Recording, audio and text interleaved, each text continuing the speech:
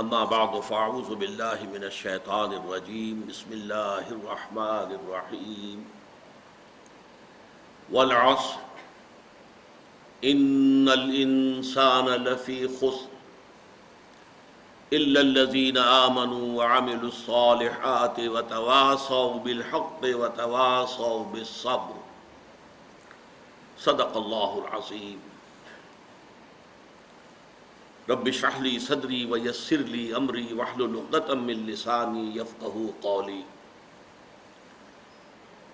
اللہم ارحمنا بالقرآن العظیم واجعلہ لنا اماما ونورا وہدی ورحمہ، آمین یا رب العالمین۔ معزز حاضرین اور محترم خواتین،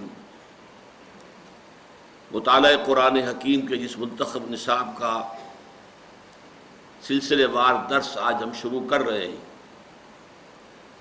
اس کا نقطہ آغاز ہے سورۃ العصر، جو ابھی میں نے تلاوت کی ہے، اور مجھے یقین ہے کہ آپ میں سے اکثر حضرات کو یہ سورہ مبارکہ زبانی یاد ہوگی۔ اس ابتدائی نشست میں میں چاہتا ہوں کہ اس سورہ مبارکہ کے بارے میں 4 تمہیدی باتیں اور تعارفی باتیں آپ نوٹ فرما لیں۔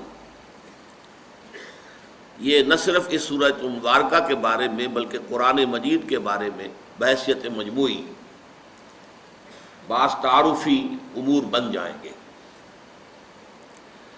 سب سے پہلی بات یہ کہ یہ قرآن حکیم کی مختصر ترین صورتوں میں سے ہے، کل 3 آیات پر مشتمل ہے، اور یہ نوٹ کر لیجئے کہ 3 آیات سے کم پر کوئی صورت مشتمل نہیں ہے۔ قرآن حکیم کی 114 صورتوں میں سے کوئی صورت 1 آیت یا 2 آیتوں پر مشتمل نہیں ہے، کم سے کم آیتیں 3، اور اس نے اتفاق یہ ہے کہ 3 ہی صورتیں ہیں جو 3 آیات پر مشتمل ہیں۔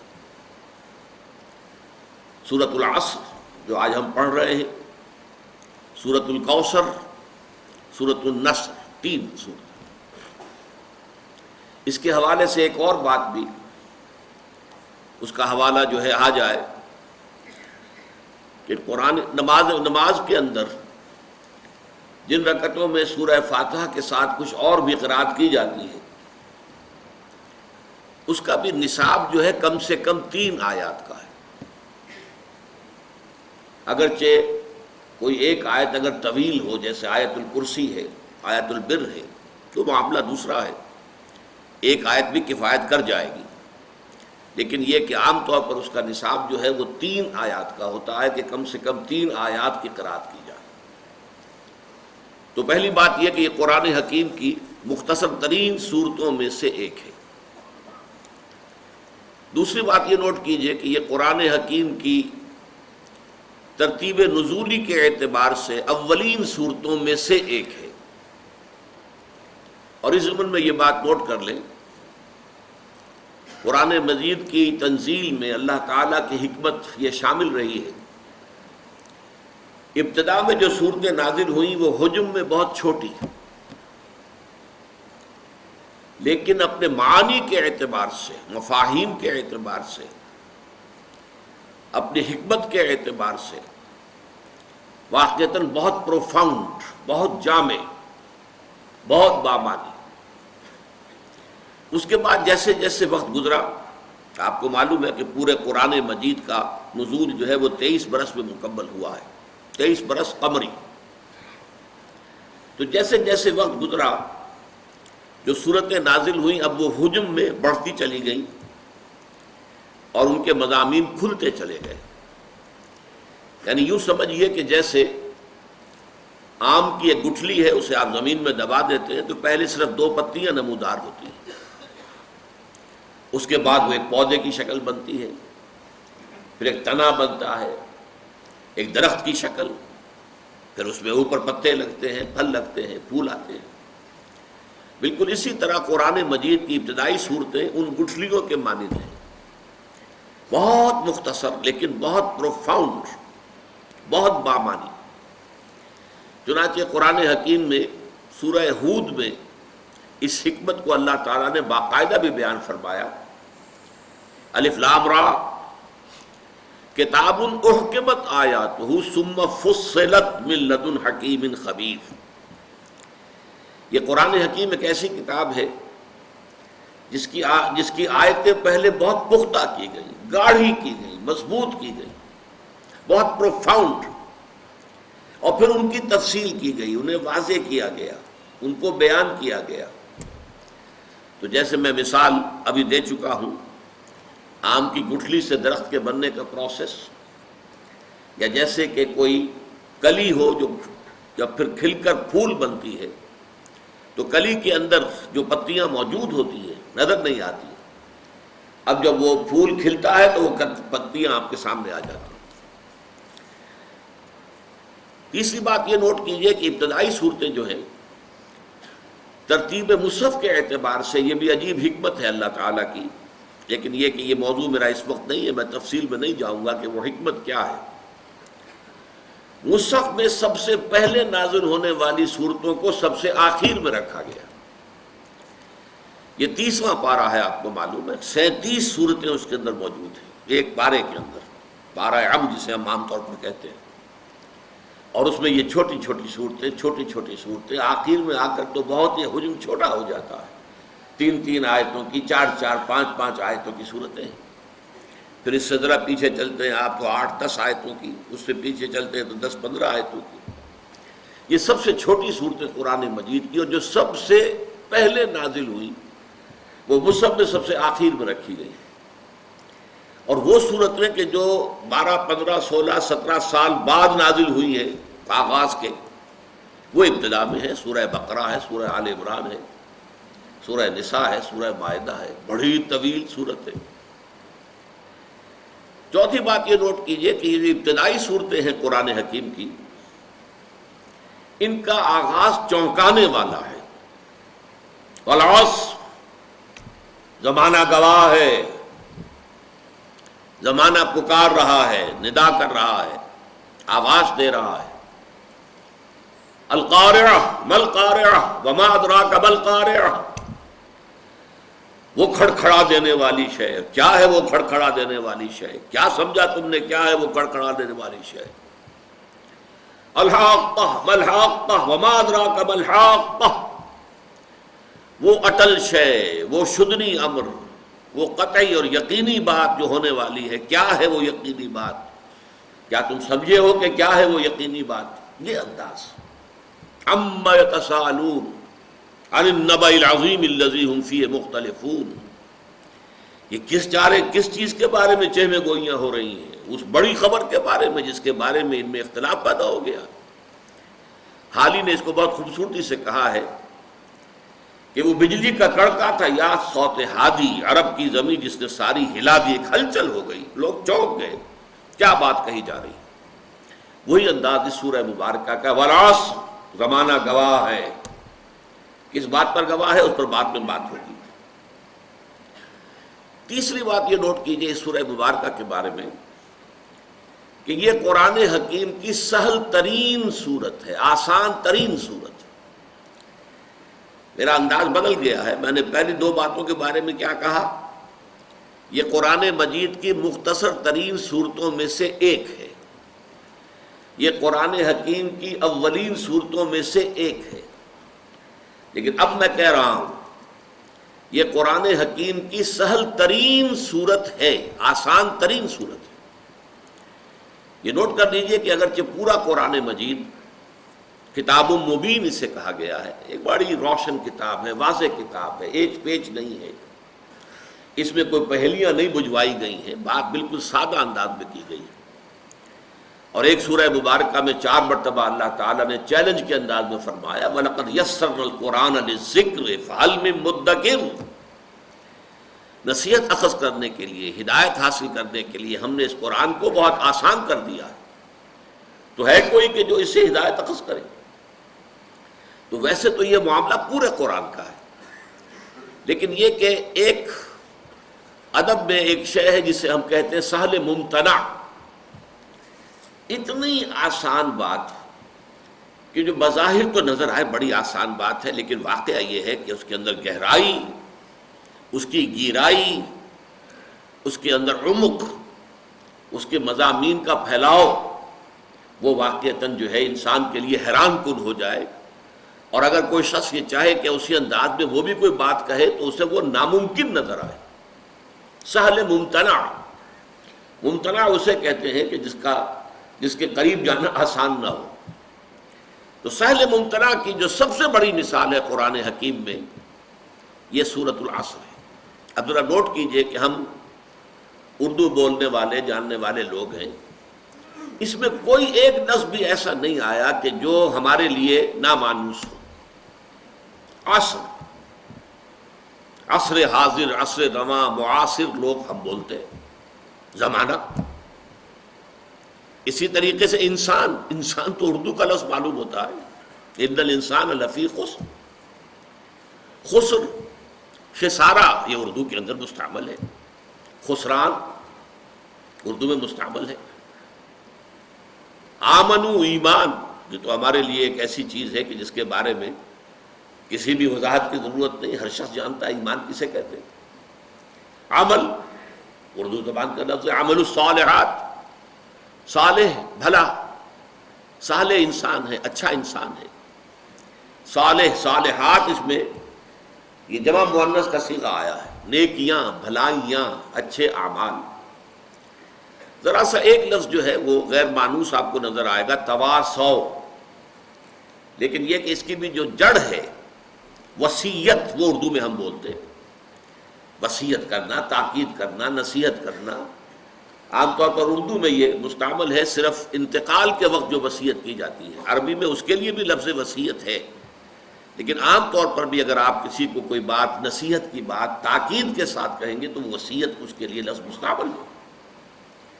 صبر، حق، یہ سارے الفاظ جیسا کہ میں نے عرض کیا معلوم ہوتا ہے اردو زبان کے الفاظ. اس موقع پہ مناسب معلوم ہوتا ہے کہ اس وقت ہم ترجمہ سادہ سا کر لیں.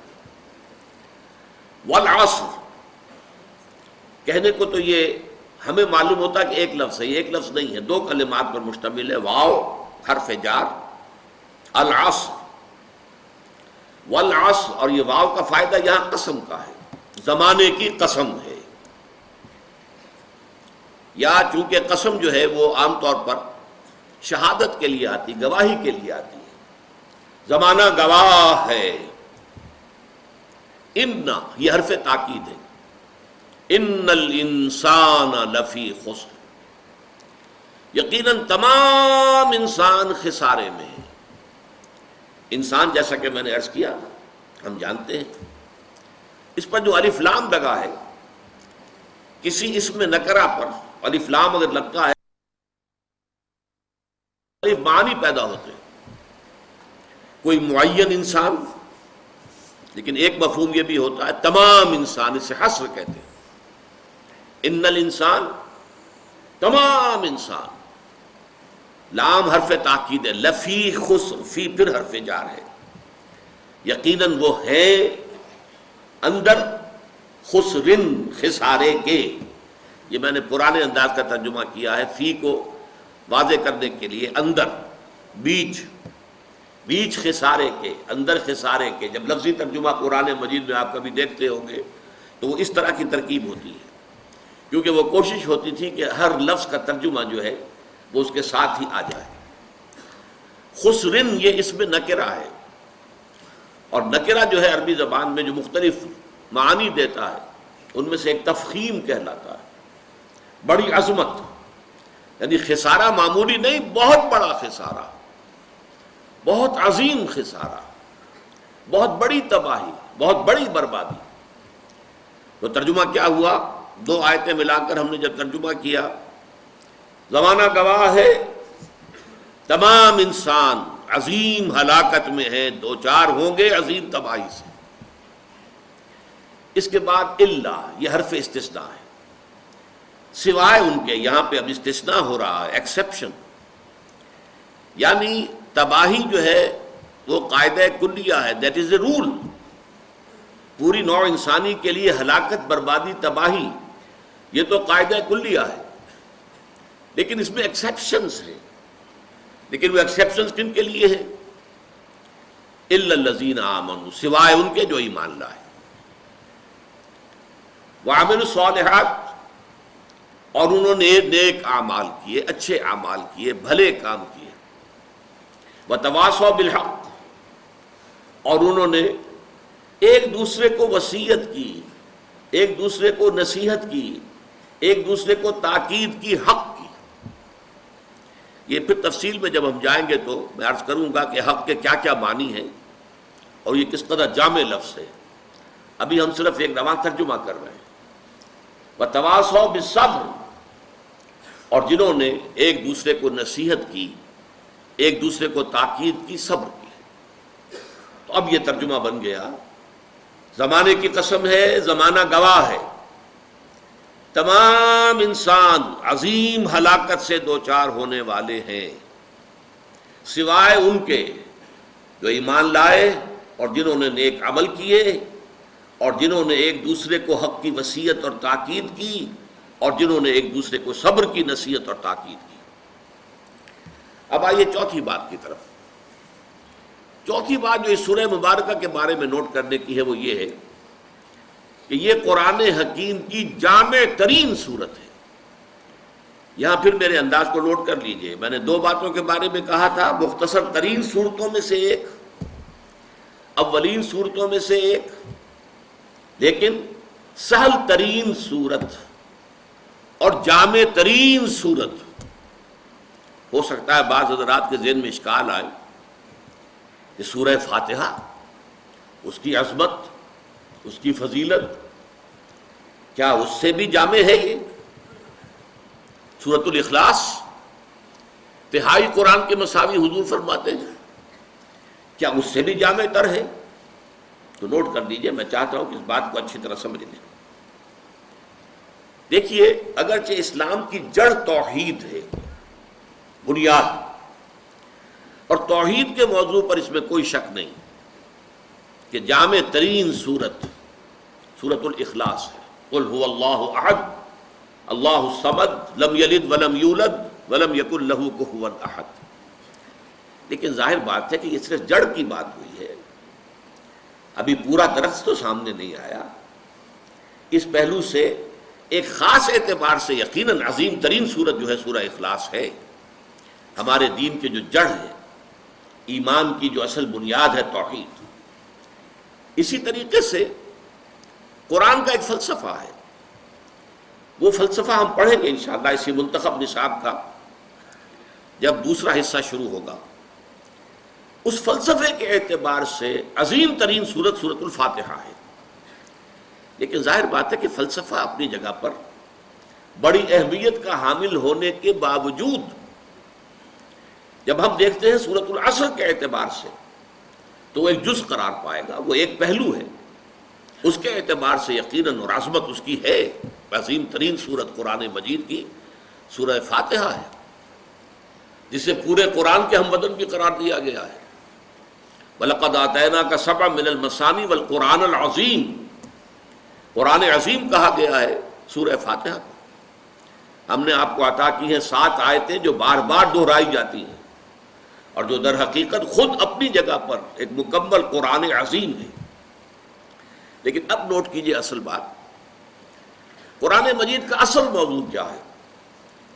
یہ صرف فلسفے کی کتاب نہیں ہے، یہ صرف توحید کی کتاب نہیں ہے، یہ کتاب ہدایت ہے۔ ہدی للناس، ہدی للمتقین۔ اصل میں سورہ فاتحہ ہی میں جو ہم ہر رکعت میں نماز کے پڑھتے ہیں اور کہتے ہیں اہدنا الصراط المستقیم، پروردگار ہمیں سیدھے راستے کی ہدایت بخش۔ وہ صراط مستقیم کیا ہے؟ اس صراط مستقیم، اس راہ ہدایت کے اعتبار سے جامع ترین صورت یہ سورۃ العصر ہے۔ صراط مستقیم، اس کے سنگ ہائے میل کیا ہے؟ یہ چھوٹی صورت ہونے کے باوجود اس نے صراط مستقیم کے سنگ ہائے میل کو اس طریقے سے اپنے اندر سمو لیا ہے، سمیٹ لیا ہے، جمع کر لیا ہے کہ اس کی عظمت کو امام شافعی رحمۃ اللہ علیہ بیان فرماتے ہیں۔ اب دیکھیے، میں ان کا قول نقل کر رہا ہوں، ائمہ اربعہ میں سے بہت اونچا مقام ہے امام شافعی کا، اگرچہ امام اعظم ہمارے نزدیک فقیہ ہونے کے اعتبار سے اور اسلام کے قانونی پہلو کے اعتبار سے سب سے بڑا جو مقام سب سے اونچا ہے وہ امام ابو حنیفہ رحمۃ اللہ علیہ کو حاصل ہے. لیکن واقعہ یہ ہے کہ بعض اعتبارات سے امام شافعی کا رتبہ بہت بلند ہے. ان کی تصنیف کتاب الام بہت ضخیم اور آج بھی وہ بڑی عظیم عظمت کی حامل مانی جاتی ہے. اصول فقہ انہوں نے مرتب کیے سب سے پہلے. بہرحال امام شافعی کا تھوڑا سا تعارف کرانے کے بعد اب ان کے دو قول میں آپ کو سنانا چاہتا ہوں. ایک قول کے مطابق فرماتے ہیں لو تدبر الناس هذه السورۃ لوسعتهم، اگر لوگ صرف اس ایک سورت پر تدبر کریں، غور و فکر کریں، سوچ بچار کریں تو یہ ان کی ہدایت کے لیے کافی ہو جائے. ایک اور قول جسے مفتی محمد عبدہ کا بہت مشہور ہے تفسیر پارہ عم، اس میں انہوں نے نقل کیا ایک اور قول. وہ کہتے ہیں قرآن مجید میں اگر اس سورہ عصر کے سوا اور کچھ نازل نہ ہوتا تب بھی یہ لوگوں کے لیے کافی تھی. لو لم ينزل من القرآن سواها، اگر قرآن مجید میں سوائے اس ایک سورت کے اور کچھ نازل نہ ہوتا لکفت الناس، یہ لوگوں کی ہدایت کے لیے کفایت کرنے والی صورت تھی. یہ عظمت ہے اس سورہ مبارکہ کی. اس کا تھوڑا سا تجزیہ کر لیجیے. میرے نزدیک قرآن مجید کے جو مضامین ہیں ان کا ایک مکمل انڈیکس اس سورت میں موجود ہے. جن حضرات نے شاہ ولی اللہ دہلوی رحمۃ اللہ علیہ کا جو مشہور رسالہ ہے جو انہوں نے اصول تفسیر پر لکھا ہے الفوز الکبیر، اس کا مطالعہ کیا ہے. شاہ صاحب نے قرآن مجید کے مضامین کو 5 حصوں میں تقسیم کیا ہے. میں بھی 5 ہی حصوں میں تقسیم کر رہا ہوں اس صورت کے اعتبار سے، لیکن ذرا الفاظ مختلف ہیں، عنوانات مختلف ہیں. میں اس صورت کے الفاظ کو عنوان بنا رہا ہوں. قرآن مجید میں آپ دیکھتے ہیں کہ خاصا بڑا حصہ قرآن مجید کا تاریخی تفاصیل پر مشتمل ہے. سابقہ انبیاء و رسول کے حالات، رسولوں کی قوموں پر آنے والے عذاب کی تفاصیل، یہ نوع انسانی کی تاریخ ہے. پھر یہ کہ ازل میں جو واقعات ہوئے، تخلیق آدم کا مسئلہ ہے، پھر جو فرشتوں کو حکم دیا گیا سجدے کا، ان کو آدم کو جنت میں رکھا گیا، یہ بھی تو ایک تاریخ کا حصہ ہے، انسانی تاریخ. اور پھر یہ کہ ابد کا معاملہ جو آنے والا ہے، اس سب کو آپ نوٹ کیجئے. زمانہ در حقیقت اس سب کو کور کر رہا ہے. زمانہ کیا ہے یہ میں ابھی اس کے بعد انشاءاللہ تفصیل سے عرض کروں گا کہ اس میں کیا مباحث ہیں، کیونکہ ماہیت زمان جو ہے یہ فلسفے کے مشکل ترین مسائل میں سے. لیکن یہ ہے کہ یہاں زمانہ جو ہے یوں سمجھیے کہ ایک چادر کے مانند تنا ہوا ہے ازل سے ابد تک، اور یہ زمانہ چشمدید گواہ ہے کہ کیا ہو رہا ہے. اس زمانے نے قوم نوح کو غرق ہوتے دیکھا ہے، اسی زمانے نے قوم ہود کو برباد ہوتے ہوئے دیکھا ہے. اسی زمانے نے، جیسے علامہ اقبال ایک جگہ کہتے ہیں، یہ ستارے جو ہیں می نگریم و می رویم، می رویم و می نگریم، ہم چلتے رہتے ہیں اور دیکھتے رہتے ہیں دنیا میں کیا ہو رہا ہے. یہ زمانہ گویا کہ دیکھ رہا ہے. تو گویا کہ اس سب کے لیے ایک لفظ آ گیا یہاں پر والعصر. اب اس کے بعد قرآن مجید کے مضامین میں تجزیہ کریں گے. یا ایمان کے مباحث ہے، توحید ہے، معاد ہے، اس کے لیے دلائل ہے، استدلال ہے. پھر اس کے خلاف جو باتیں کہی جا رہی تھی ان کا رد ہے، ان کی نفی ہے، اس پر رد و قدح کی کیفیت ہے. ایمان کے مباحث بہت بڑے مباحث ہیں، اور مکی صورتوں کا تو اکثر و بیشتر حصہ انہی پر مشتمل ہے. اس کے بعد تیسرا مضمون کیا ہے؟ عمل صالح. یہ کرو، یہ نہ کرو، یہ بھلے کام ہیں، یہ برے کام ہیں، ان کو چھوڑنا ہے، نیک کام کرنے ہیں. اب اس کے لیے آپ کو معلوم ہے عمل صالح کا پہلا منزل کیا ہے؟ انفرادی شخصیت کیسی ہونی چاہیے، انفرادی سیرت و کردار میں کیا چیزیں ہونی چاہیے، کیا اوصاف، کیا چیزیں اپنے اندر پیدا کرنی چاہیے. معاشرے کی کیا اقدار ہونی چاہیے، معاشرتی اقدار کیا ہے، کیا اصول ہونے چاہیے. تنظیم معاشرہ، پہلے سب سے پہلے تنظیم خاندان، جسے کہ شاہ ولی اللہ کہتے ہیں تدبیر منزل. منزل کہتے ہیں نا مکان کو، فلاں منزل فلاں منزل، یہ منزلوں کے مکانوں کے نام ہوا کرتے تھے. جیسے وزیر مینشن، وزیر منزل، تو تدبیر منزل. پھر یہ کہ ایک معاشرہ جب وجود میں آتا ہے، پھر ریاست وجود میں آتی ہے، اس کے کیا اصول ہونے چاہیے، کیسے اس کو چلانا چاہیے، یہ ساری چیزیں عمل صالح کے اندر آ گئی. تیسرا مضمون قرآن مجید کا بہت اہم، دعوت اللہ، دعوت الحق، امر بالمعروف، نہی عن المنکر، شہادت حق، اقامت دین، جہاد فی سبیل اللہ، اور ان سب کے لیے عنوان تواصوا بالحق. اور اس کے بعد مضامین صبر کرو، یا ایھا الذین آمنوا اصبروا وصابروا ورابطوا واتقوا اللہ. صبر کرو، مصیبت میں صبر کرو، آزمائشوں میں صبر کرو، مخالفین کی طرف سے پرسیکیوشن ہو صبر کرو، میدان جنگ میں نقد جان ہتھیلی پر رکھ کر حاضر ہو جاؤ. یہی تو مضامین قرآن مجید کے ہیں. یہ 5 مضامین، ایک عصر کے حوالے سے تمام تاریخی مباحث، اس کے لیے عنوان والعصر. ایمانیات کے سارے مباحث الا الذین آمنوا. پھر تمام اعمال، اخلاق انفرادی سے لے کر ایک تنظیم ملت اور تاسیس ریاست تک کے سارے معاملات عمل صالح. پھر تمام نیکی کا پرچار، حق کی دعوت، حق کی اشاعت، اس کے لیے تواصی بالحق. اور پھر صبر، مصابرت، ڈٹے رہنا، جھیلنا، تکلیف برداشت کرنا، اس لیے کہ تواصی بالحق کو آسانی سے پسند نہیں کیا جائے گا. الحق مرن، حق تو کڑوا ہوتا ہے. جب بھی آپ حق کی بات کریں گے پھر آزمائش آئے گی، پھر تکلیفیں آئیں گی، پھر مصیبتیں آئیں گی. اس لیے کہ دنیا میں حق کو پسند کرنے والے لوگ نہیں. یہ 4 باتیں ہیں جو میں نے عرض کی ہیں، بڑی ابتدائی. پھر نوٹ کر رہا ہوں، یہ قرآن حکیم کی مختصر ترین صورتوں میں سے ایک ہے. یہ قرآن حکیم کی ترتیب نزولی کے اعتبار سے اولین صورتوں میں سے ایک ہے.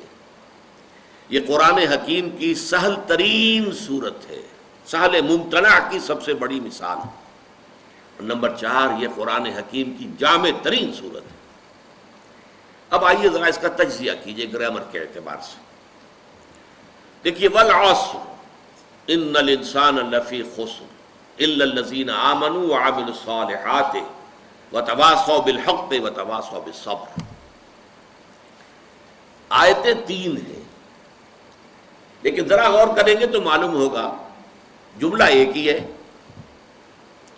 اس لیے کہ والعصر، زمانے کی قسم ہے، زمانہ گواہ ہے. بات تو پوری نہیں ہوئی، اسے آپ جملہ نہیں کہیں گے، کلام تام نہیں کہیں گے، مکمل بات نہیں ہوئی. اس لیے کہ جب تک قسم کے ساتھ جواب قسم نہ ہو کہ کس بات پر قسم کھائی جا رہی ہے. اللہ کی قسم، بھائی ہاں بھائی کس بات پر اللہ کی قسم کھا رہے ہو. تو والعصر جو ہے، اب اس کو عربی گرامر میں کہتے ہیں مرکب ناقص. یہ مکمل جملہ نہیں ہے، یہ کلام تام نہیں ہے، بلکہ مرکب ناقص ہے. والعصر ان الانسان لفی خسر، یقیناً انسان، تمام انسان خسارے میں ہے، گھاٹے میں ہے، ٹوٹے میں ہے، ہلاکت اور بربادی سے دوچار ہونے والے. یہ درمیانی آیت جو ہے مکمل جملہ ہے اپنی جگہ پر، ان الانسان لفی خسر. لیکن اب آئیے تیسری آیت، الا الذین آمنوا وعملوا الصالحات وتواصوا بالحق وتواصوا بالصبر. اب یہاں الا سے بات شروع ہو رہی ہے. یہ بھی جملہ نہیں ہے، اس لیے کہ استثناء میں جب تک کہ مستثنی منہ کا تذکرہ نہ آئے، کس چیز سے مستثنیٰ کر رہے ہیں آپ، جب تک کہ اس کا ذکر نہیں آئے گا تو محض استثناء جو ہے وہ تو کوئی مفہوم جو ہے اپنا کنوے نہیں کرتا. تو ایسے تینوں جو ہے یہ آیتیں مل کر ایک جملہ بنا. زمانے کی قسم ہے اور زمانہ گواہ ہے، تمام انسان خسارے میں ہے، ٹوٹے میں ہیں، تباہ اور برباد ہوں گے۔ الا الذین آمنوا وعملوا الصالحات وتواصوا بالحق وتواصوا بالصبر، سوائے ان کے جو ایمان لائے اور جنہوں نے نیک عمل کیے اور جنہوں نے ایک دوسرے کو حق کی وصیت کی اور جنہوں نے ایک دوسرے کو صبر کی نصیحت کی۔ ایک اور اعتبار سے نوٹ کیجئے، جو مرکزی آیت ہے وہی اس سورہ مبارکہ کی اصل جو ہے جان ہے، ان الانسان لفی خسر۔ یہ پہلی آیت کے ساتھ مل کر بھی جملہ مکمل ہو جاتا ہے، والعصر ان الانسان لفی خسر، جملہ مکمل ہے۔ اور یہ تیسری آیت کے ساتھ مل کر بھی جملہ مکمل ہو جاتا ہے، ان الانسان لفی خسر الا الذین آمنوا وعملوا الصالحات وتواصوا بالحق وتواصوا بالصبر۔ تو یہ تین آیتوں میں ویسے بھی عددی اعتبار سے بھی مرکزی ہے اور مضمون کے اعتبار سے بھی مرکزی ہے۔ اب آئیے ذرا ہم غور کریں، خسران انسانی کا جو نقشہ اس صورت میں کھینچا گیا ہے، جس کے لیے میں ایک لفظ استعمال کرنا چاہتا ہوں، آپ نے سنا ہوگا فلسفے اور ادب کے میدان میں دی ڈیوائن کامیڈی، میں اس کے برعکس ایک لفظ استعمال کر رہا ہوں، دی ہیومن ٹریجڈی، انسانی المیہ۔ تمام انسان خسارے میں ہیں، تمام انسان ٹوٹے میں ہیں، تمام انسان بربادی سے تباہی سے دوچار ہونے والے ہیں۔ اس سے بڑی ٹریجڈی کیا ہوگی؟ اس سے بڑا حزنیہ کیا ہوگا؟ اس کے کیا کیا پہلو ہیں، اس کو نوٹ کر لیجئے۔ سب سے پہلے تو مشاہدہ کیجئے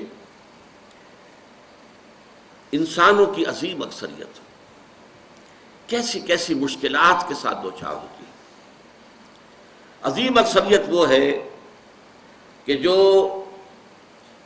کمر توڑ دینے والی مشقت کرنے کے باوجود 2 وقت پیٹ بھر کر کھانا نہیں کھا سکتے، جن کے بچوں کو علاج کی سہولت میسر نہیں، مشقت، محنت، تکلیف، نہ صرف محنت و مشقت، محنت و مشقت کے اعتبار سے تو ہم یہ کہہ سکتے ہیں کہ انسان بھی لدو اونٹ کے مانند ہے یا کولو کے بیل کے مانند ہے، لیکن حیوان اور انسان میں اس اعتبار سے بڑا فرق ہے۔ انسان میں احساسات، رنج، غم، صدمہ،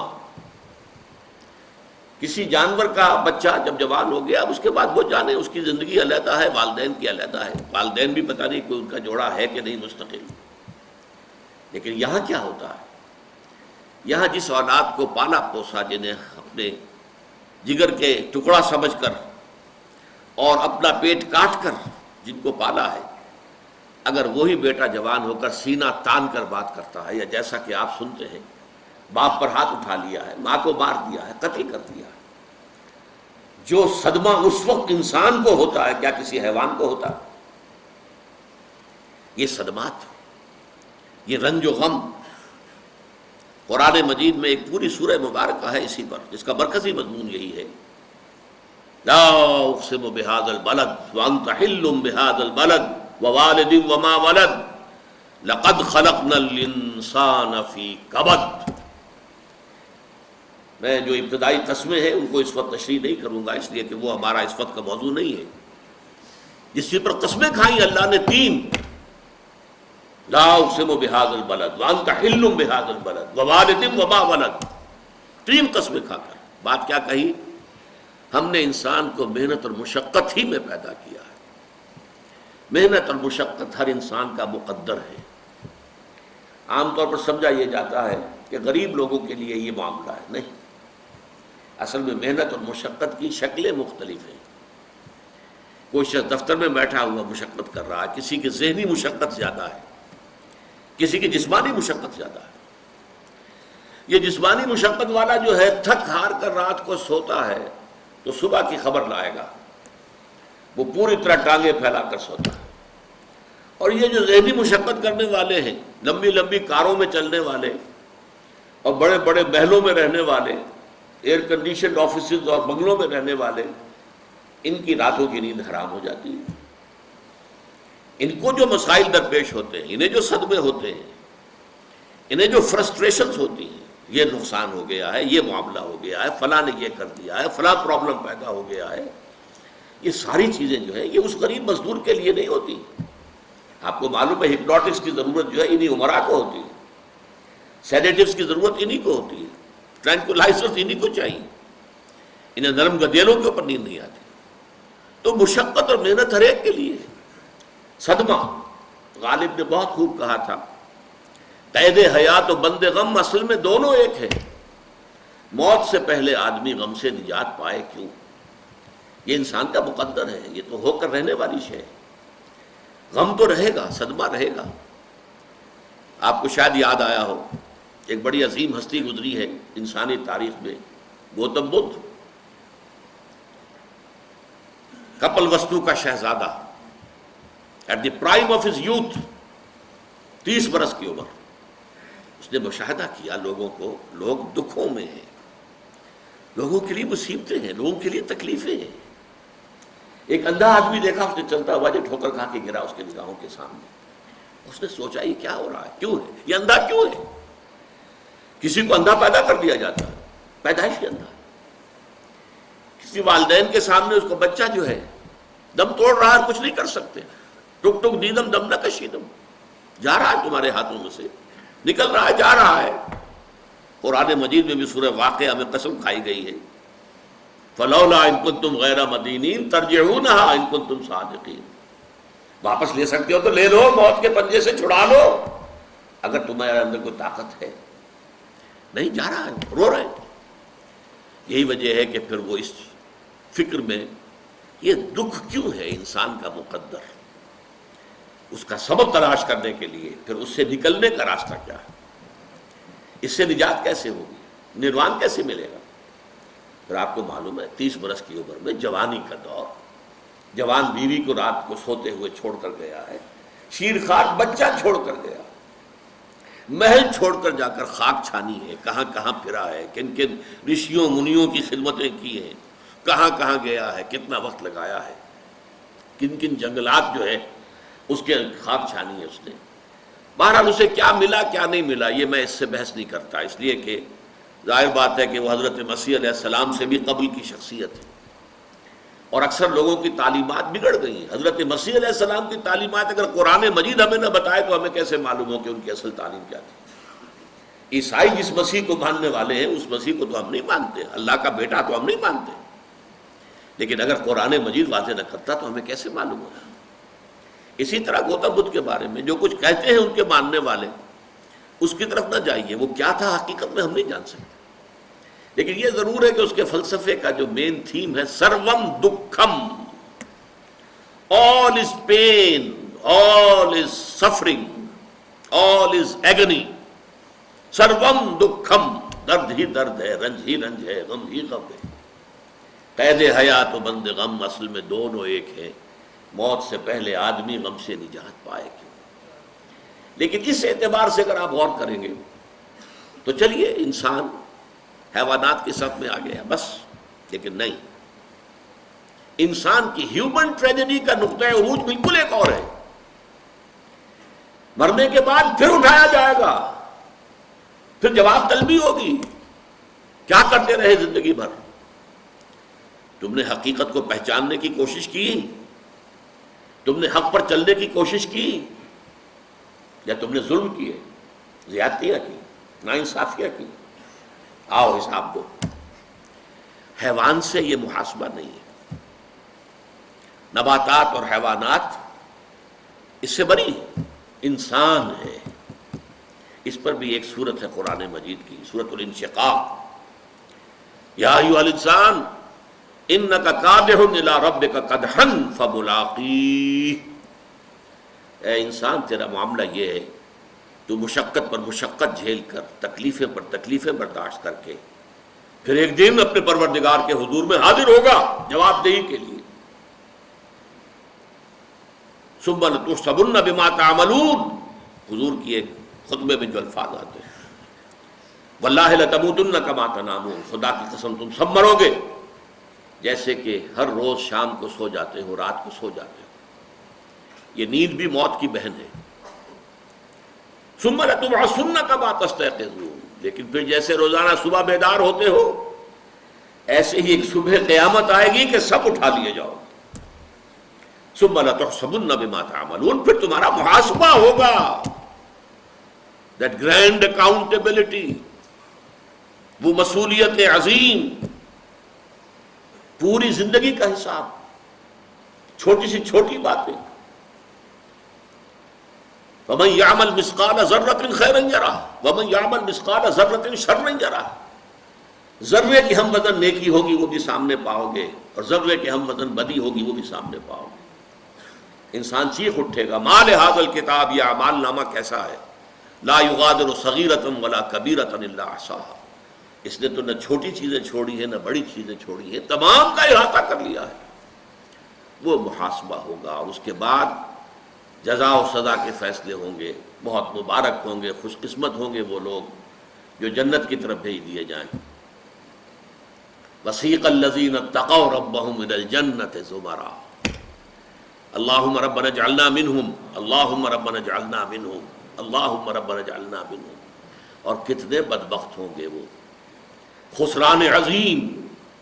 وسیق الذین کفروا الى جہنم زمرا، وہ کافر جو ہے وہ لے جائیں گے، گروہ گروہ لے جائیں گے جہنم کی طرف، ان میں جھونک دیے جائیں گے. یہ ہے وہ مرحلہ کہ نوع انسانی کے گرے سرسبد. حضرت ابوبکر کے بارے میں آتا ہے رضی اللہ تعالی عنہ، اس احساس کے تحت کہ ایک روز اللہ کے سامنے کھڑے ہونا ہے محاسبے کے لیے. ایک عجیب کیفیت میں کہا کرتے تھے کاش کہ میں درخت پر چہچہاتی ہوئی ایک چڑیا ہوتا جس سے کوئی محاسبہ نہیں ہے، حساب کتاب نہیں ہے. کاش کہ میں گھاس کا ایک تنکا ہوتا جس سے کوئی حساب کتاب نہیں ہے، وہ سوکھ جاتی ہے تو آگ میں جلا دی جاتی ہے، بات ختم ہو جاتی ہے، حساب کتاب نہیں. کہنے والا کون ہے؟ ابو بکر صدیق رضی اللہ تعالی عنہ. قرآن مجید بھی کہتا ہے، سورہ عما یتساءلون جو ہے اس میں یہی تو لفظ آیا ہے. آخری آیت کیا ہے؟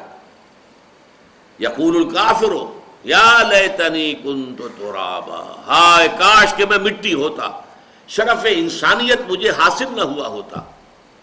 اور فارسی میں ایک شاعر نے کہا ہے کیفیت کیا ہوگی کہ ہر انسان کہے گا مرائے کاش کہ مادر نہ زادے، کاش کہ میری ماں نے مجھے کبھی جنا نہ ہوتا. یہ ہے وہ ذالک هو الخسران المبین، ان الانسان لفی خسر. یہ ہے ہیومن ٹریجڈی. بارک اللہ لی ولکم فی القرآن العظیم ونفعنی وإیاکم بالآیات والذکر الحکیم.